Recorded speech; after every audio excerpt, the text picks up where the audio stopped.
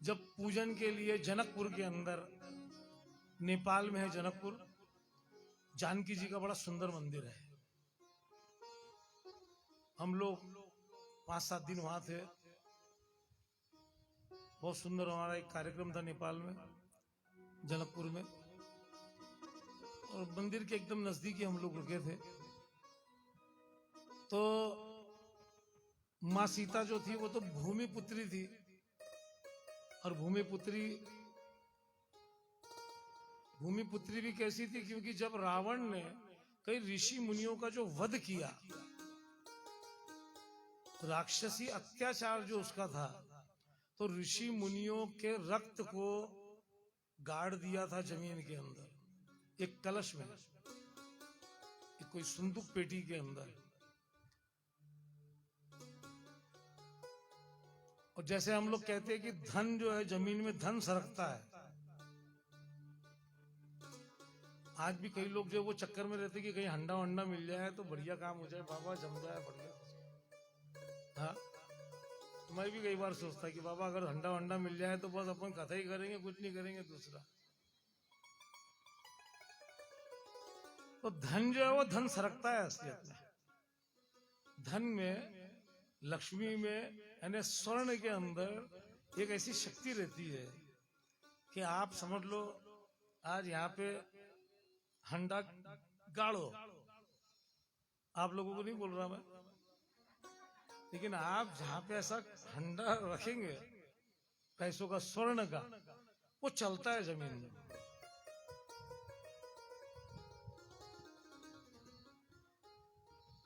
माँ सीता के ऋषि मुनियों के रक्त में इतनी बड़ी शक्ति थी कि वो चलते चलते जनकपुर पहुंची। और राजा जनक ने जब किसानों की बुआई जो होती है, जो फसल पहली बुआई करते अपन बारिश के बाद में, तो उस जमाने के राजा महाराजा जो थे वो सबसे पहले उनका खुद का व्यक्तिगत जो खेत रहता था 1-2 एकड़ का, उसका भी नियम रहता था कि राजा को खुद को भी खेती करना है। तो वो जो बुआई करता था उसी समय सारे किसान उस शुभ मुहूर्त में बुआई करते थे, पेड़ नहीं करते थे। तो घड़ा निकला, कन्या निकली माँ जानकी जी। उसके बाद रामायण कथा हम पढ़ते हैं तो माँ जानकी पार्वती माता के मंदिर में जाके कहती है कि मन जाहि राचे मिलहि सोबरु, सहज सुंदर सांवरो, करुणा निधान सुजान शील, स्नेह जानत रावरो, एहि भांति गौरी आशीष सुनि सिय, सहित हिय हर्षि अली, तुलसी भवानी पूजी पुनि पुनि, मुदित मन मंदिर चली, जानी गौरी अनुकूल सिय हर्षण जाई गई, मंजुल मंगल मूल बाम अंग फरकन लगे। माँ सीता ने जब माँ पार्वती का पूजन किया और मन की अभिलाषा प्रकट की, तब माँ सीता की बाईं भुजा फड़कने लग गई। शगुन और अपशगुन का वर्णन रामचरितमानस के अंदर है।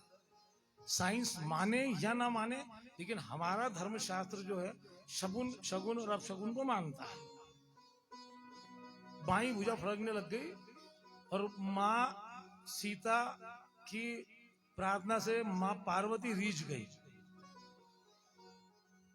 और कहा कि तेरे मन की जो इच्छा वो पूरी होंगी। माँ पार्वती कहती है।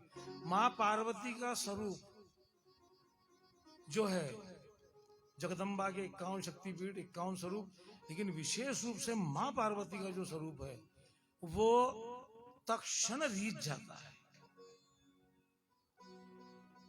चंचुला ने माँ पार्वती से प्रार्थना की कि मेरे पति की सदगति हो जाए। न जाने वो कौन सी गति में, दुर्गति में पड़े, वो प्रेत योनि में था, पिशाच योनि में।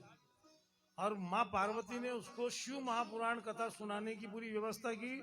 शिव महापुराण कथा उसको सुनाई गई, उसकी प्रेत पिशाच योनि से मुक्ति हुई और वो शिवगण बन गया।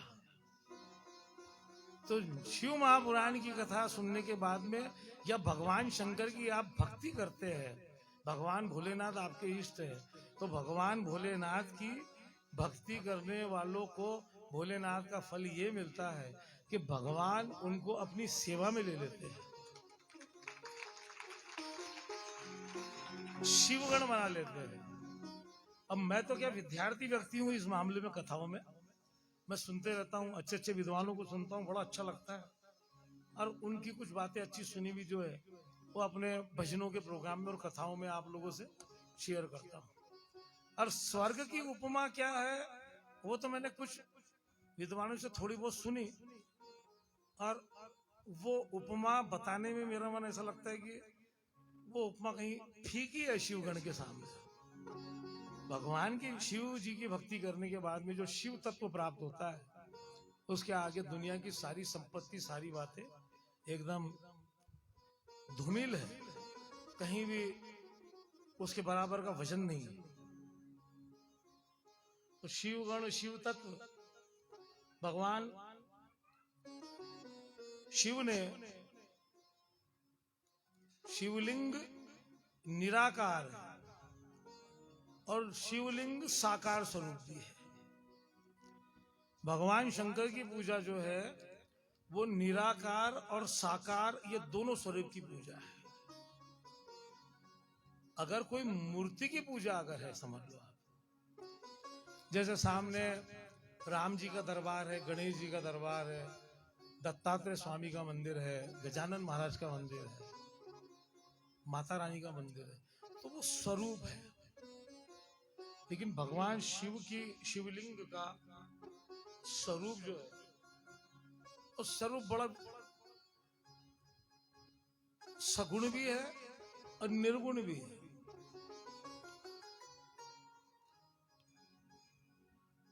सगुण और निर्गुण, ये दोनों के अंदर बहुत सुंदर एक व्याख्यान है। क्योंकि मन में यह आता है कि हमने सगुण स्वरूप की पूजा करना चाहिए कि निर्गुण की करना चाहिए।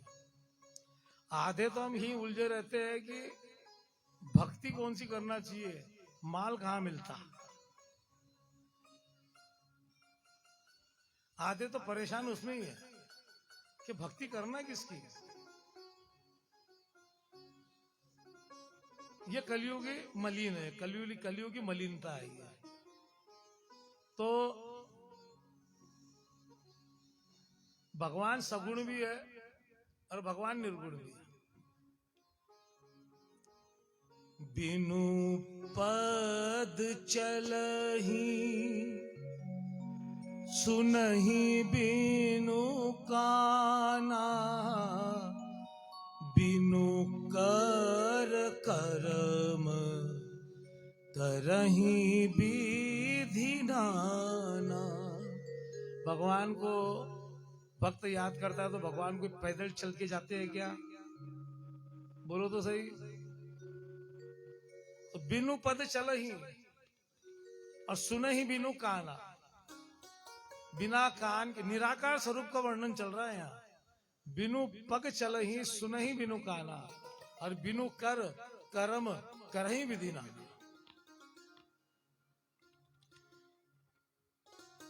भगवान शंकर की, भोलेनाथ की जो ये शिवलिंग है, ये शिवलिंग निराकार भी है और साकार भी है। लेकिन